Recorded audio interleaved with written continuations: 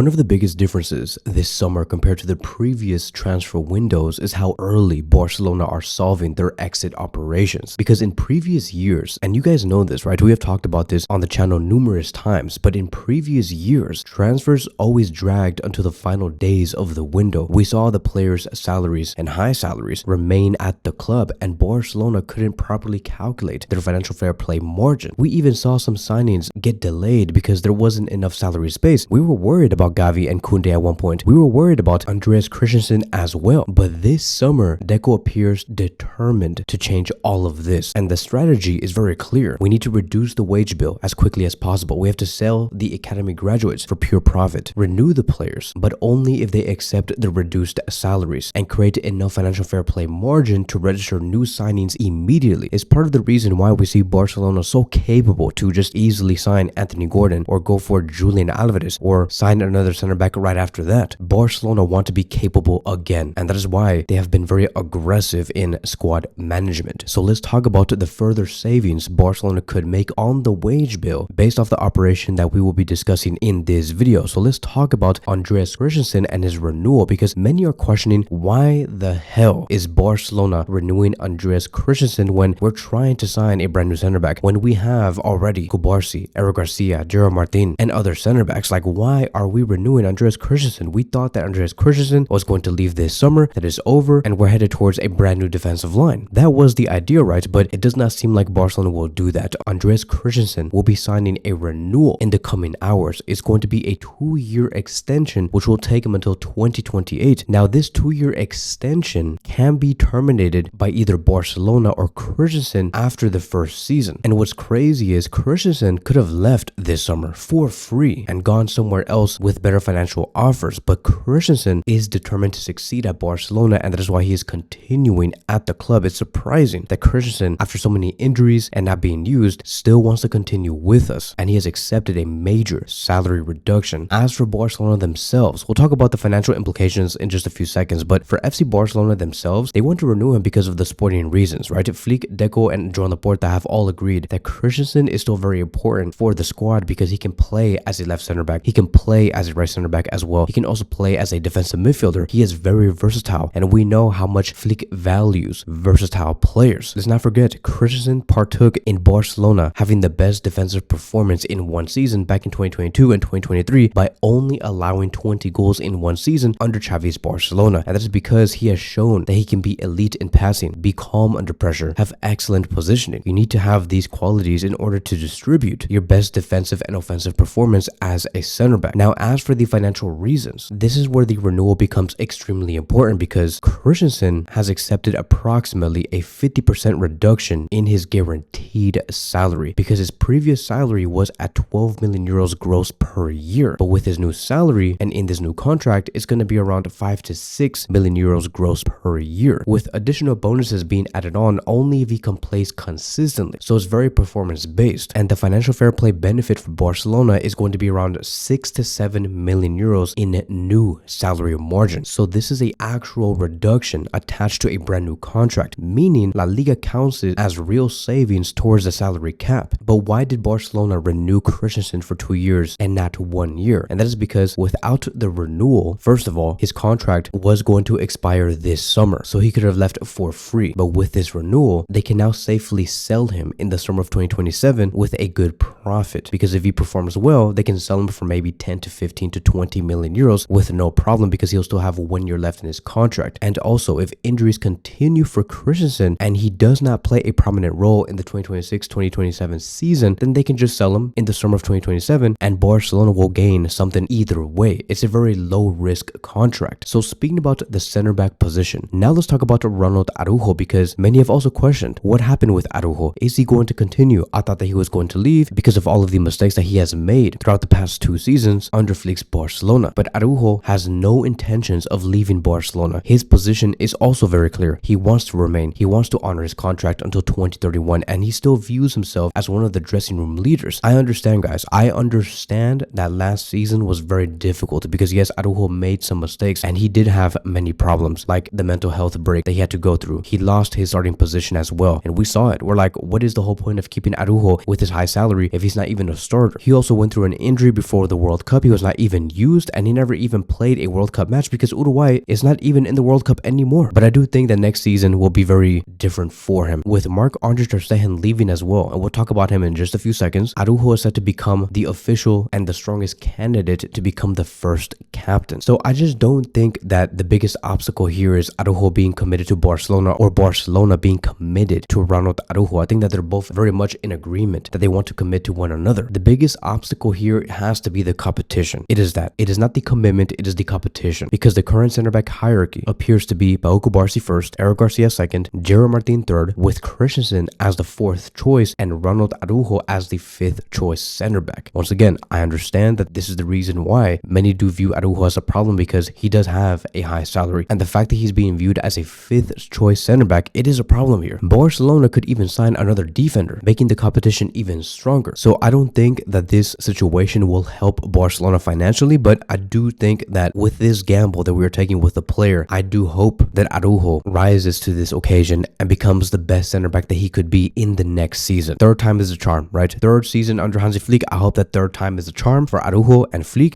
makes Araujo the best center back in the world because he has the capability to make it happen. So speaking about Marc-André Ter Stegen, it's highly possible that Ter Stegen could move to Ajax because Ajax have officially approached Barcelona, and their proposal is a loan deal with Barcelona continuing to pay part of his salary, but Ajax want to pay a smaller percentage. Ter Stegen, by the way, is also open to this move. Now, the reason why Ajax is being considered is because sportingly, they want to offer Ter Stegen guaranteed minutes. Like, they want to make Ter Stegen the #1 starter and #1 goalkeeper. We also heard that Mikel, who is the coach of Ajax, wanting the player as well, and Jordi Cruyff is leading the rebuild. Personally, for Ter Stegen, he does see Amsterdam as a place that's very close to Barcelona, and as we all know, Ter Stegen is a huge fan of retaining his position at Barcelona, and he just wants to remain near his children because his children will be at Barcelona. But the biggest problem that we have here, it is going to be his salary because Ajax cannot afford it. It's the reason why Ajax only want to pay a percentage of his salary, and recent reports do suggest that Ajax may only cover 10 to 15% of his wages, leaving Barcelona responsible for most of his salary unless a different structure is negotiated. So the financial fair play here is Barcelona will almost gain nothing with Ter Stegen leaving on loan to Ajax. There is no impact here, no impact at all in the financial fair play. Ter Stegen does earn 16 to 18 million euros gross per season. So if Ajax were to say, for example, will pay 25% of this salary, Barcelona would save around 4 to 4.5 million euros on the wage bill. Or let's just say Ajax pay 50% of the wage bill, which I think is something that could be agreed upon because that is the usual thing that Barcelona does when they send players on loan. That would mean that Barcelona would roughly save 8 to 9 million euros per season. And if for some reason we get a miracle and Ajax are like, we're going to be nice and we want to help Barcelona for whatever reason, right? Ajax agreed to pay, let's just say 75% of his salary, Barcelona could save around 12 to 13.5 million euros per season. And then lastly, we do have Marc Casado because his departure is very much likely to happen. There has been many clubs interested in Marc Casado. Besiktas is interested. AC Milan also want him. And there's also clubs in Saudi Arabia that do want Marc Casado. And Marc Casado has preferences here. He wants to be in Europe. He wants regular minutes as well. He simply just wants to be at a club where he can continue his development because at Barcelona, he's not getting anything. Barcelona are asking for a minimum of 20 million euros as a fixed fee. Barcelona do not want to loan him out to any other club. A permanent sale, it is the priority. And I think that with Barcelona successfully selling Casado for 20 to 25 million euros, that is going to be one hell of a deal, and it will be huge financially because the whole thing is going to be pure profit. He is a La Masia graduate. We did not buy him. We did not buy him for not even 0.5 million euros. It is all going to be pure profit. 20 million euros in Barcelona's pockets is going to help them massively in the transfer window. So most likely, this is how Barcelona's savings are going to look like based off all of the operations that we have discussed. Ansu Fati, who is also going to be leaving soon, alongside with Marc Casado, will be saving us 17.2 million euros, with Christensen saving us 7 million euros. And then we have Marc Casado, maybe just around 0.5 million euros. This is without Ter Stegen. So in total, Barcelona will be saving 24.7 million euros per year in gross wages. Let's include Marc-André Ter Stegen in the picture because his is very gray. We don't know whether it's going to be 25% that Ajax will pay or 50% or 75%. But let's be very conservative first. And let's just say worst case scenario happens. With Ansu, Christensen, Marc Casado, and Ter Stegen, we can have a wage reduction of 28.7 million euros. Let's go to a more realistic scenario where Ajax do end up covering half of Ter Stegen's salary. Once again, with Ansu, Christensen, Casado, alongside with with Marc-André Ter Stegen, we could save around 33 to 34 million euros. And then best case scenario, let's say Ajax give us the best deal ever. In total, Barcelona could save 37 to 38 million euros on the wage bill, which is exactly what Barcelona do want and what they will be aiming for with Deco and Joan Laporta. But hopefully this does clear up a lot of things. We'll see how all of these operations do evolve within the coming hours. Barcelona will get all of this done very soon, and when it does get done, we will be talking about it here in this YouTube channel. Thank you guys so much for watching, and I will see you guys in the next one.